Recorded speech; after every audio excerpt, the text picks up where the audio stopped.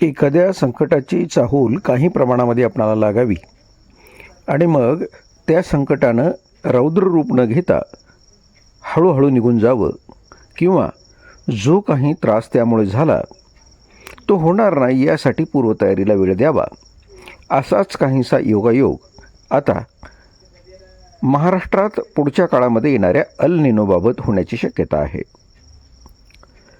या संदर्भामध्ये रमेश देवकते असं म्हणतात की महाराष्ट्रात आगामी अल निनो आणि घ्यावयाची खबरदारी यावर आम्हाला काही सांगाल का? अगदी रमेशराव, खूप छान पद्धतीनं आपला प्रश्न आहे. त्या अनुषंगानं आता आपण माहिती घेऊया.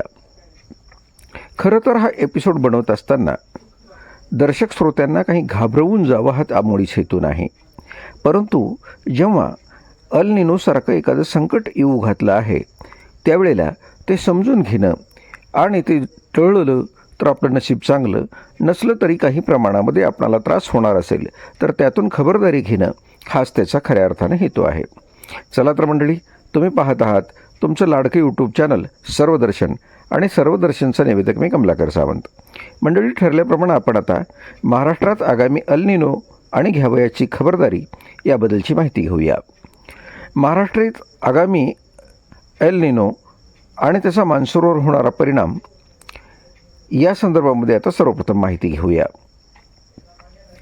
तुम्हाला ज्या पद्धतीनं सावधान म्हणून सांगितलेलं आहे त्याच पद्धतीने सरकारचा काय प्लान आहे हे सुद्धा समजून घेणं भाग आहे.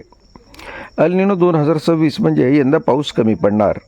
शेतकऱ्यांनी आणि नागरिकांनी काय काळजी घ्यावी यावरही आपण चर्चा करणार आहोत. काय आहे हा एल निनो, महाराष्ट्रावर त्याचे काय परिणाम होणार आहे हे पण आता जाणून घेऊया. मित्रांनो, सध्या उन्हाचा तडाखा वाढला आहे, पण खरी चिंता आगामी पावसाळ्याची आहे. जगभरातील हवामान तज्ज्ञांनी आणि भारतीय हवामान विभागाने यंदा एल निनो सक्रिय होण्याचा इशारा दिला आहे. याचा थेट परिणाम आपल्या महाराष्ट्रातील पावसावर आणि शेतीवर होऊ शकतो. आजच्या एपिसोडमध्ये आपण जाणून घेणार आहोत की एल निनो म्हणजे नक्की काय आणि यंदा पाऊस किती पडणार आणि प्रशासनासह आपणाला कोणती खबरदारी घ्यावी लागणार. यासाठी तुम्ही हा व्हिडिओ शेवटपर्यंत पहा आणि त्यानंतर तुम्हाला काही सुचवायचं असेल तर नक्कीच संदेश बॉक्समध्ये तुम्ही ते लिहू शकता. एल निनो म्हणजे काय या प्रश्नाचा विचार करता एल निनो ही एक नैसर्गिक हवामान स्थिती आहे. जेव्हा पॅसिफिक महासागराच्या पृष्ठभागाचे तापमान सरासरीपेक्षा वाढते तेव्हा त्याचा परिणाम जागतिक वाऱ्यांवर होतो. यामुळे भारतात येणारे मान्सूनचे वारे कमकुवत होतात. सोप्या भाषेत सांगायचं तर एल निनो म्हणजे दुष्काळाची शक्यता किंवा पावसाचे प्रमाण कमी होणे. या सगळ्या गोष्टीचा महाराष्ट्रावर काय परिणाम होईल त्या संदर्भात आपण बघू. हवामान विभागाच्या अंदाजानुसार यंदा पावसाचे वितरण असमान असू शकते. एकतर पावसात खंड पडू शकतो. ऑगस्ट आणि सप्टेंबर महिन्यात पावसाचा मोठा खंड पडण्याची शक्यता आहे. दुसरी गोष्ट आहे, खरीप हंगामावर संकट येऊ शकतं. पावसाच्या अनिश्चिततेमुळे पेरण्या लांबणीवर पडू शकतात किंवा दुबार पेरण्याची वेळ येऊ शकते. तिसरं आहे पाणी टंचाई. धरणांमधील पाणीसाठा वेगाने कमी होऊ शकतो, ज्यामुळे पिण्याच्या पाण्याचा प्रश्न निर्माण होऊ शकतो. आता या संदर्भात खबरदारी आणि उपाययोजना. शेतकऱ्यांसाठी सल्ला आहे, पीक पद्धतीत बदल करा. कमी पाण्यात येणारी आणि लवकर तयार होणारी पिके घ्या. उदाहरणार्थ मूग, उडीद, सोयाबीन, बाजरी घेण्यावर भर देणं चांगलं राहील. पाणी नियोजनाचा विचार करता ठिबक सिंचन किंवा तुषार सिंचनाचा वापर करा. शेततळ्यामधील पाण्याचा वापर आणीबाणीच्या काळातच करा.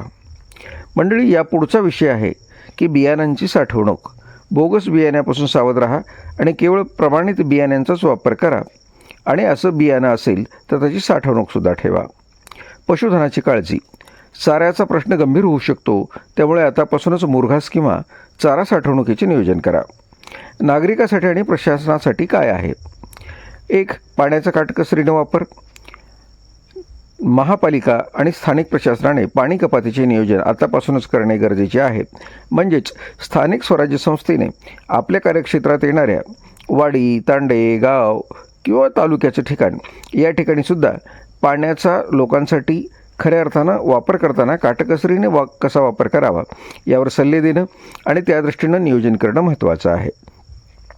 पाणी साठवणूक. पावसाच्या पाण्याचे नियोजन करण्यासाठी ही खरी वेळ आहे. म्हणजेच रेन वॉटर हार्वेस्टिंग करणं. शिवाय जलधारासारख्या माध्यमातून शहराबाहेर आणि शेतीमध्ये सुद्धा पाणी जमिनीत मुरवण्याचा प्रयत्न करणं. म्हणजेच जर डोंगराळ भाग असेल तर माथा ते पायथा ही पद्धती वापरून सुद्धा आपण जमिनीत पाण्याचा साठा करू शकतो किंवा वाढवू शकतो. यानंतरचा पुढचा मुद्दा येतो आरोग्याची काळजी. उन्हाच्या लाटेपासून स्वतःचा बचाव करा आणि भरपूर पाणी प्या. दरवर्षीपेक्षा जास्तीचा उन्हाळा यावेळेला जाणवत असल्यामुळं कोरड्या हवेपासून त्वचा कोरडी होणं आणि एकंदरीत शरीरातलं पाण्याचं प्रमाण कमी होणं यामुळं आरोग्याची काळजी घेणं जास्त महत्त्वाचं आहे. त्यासाठी योग्य अंतरानं आणि भरपूर पाणी पिणे चांगलं. आता यावर प्रशासकीय हालचाली काय असू शकतात यावर आपण बघू. महाराष्ट्र सरकारने एल निनोच्या पार्श्वभूमीवर बैठक सुरू केली आहेत. मुख्यमंत्र्यांनी जलसंपदा विभाग आणि कृषी विभागाला सतर्क राहण्याचे सल्ले दिले आहेत, आदेशही दिले आहेत. विशेषतः लातूरसारख्या भागात जिथे टँकरने पाणी पुरवण्याची वेळ येऊ शकते तिथे आतापासूनच तयारी सुरू करा, असा माननीय मुख्यमंत्र्यांचा आदेश आहे. एकंदरीत मित्रांनो, एल निनो म्हणजे घाबरून जाण्याचे कारण नाही, तर योग्य नियोजनाची गरज आहे.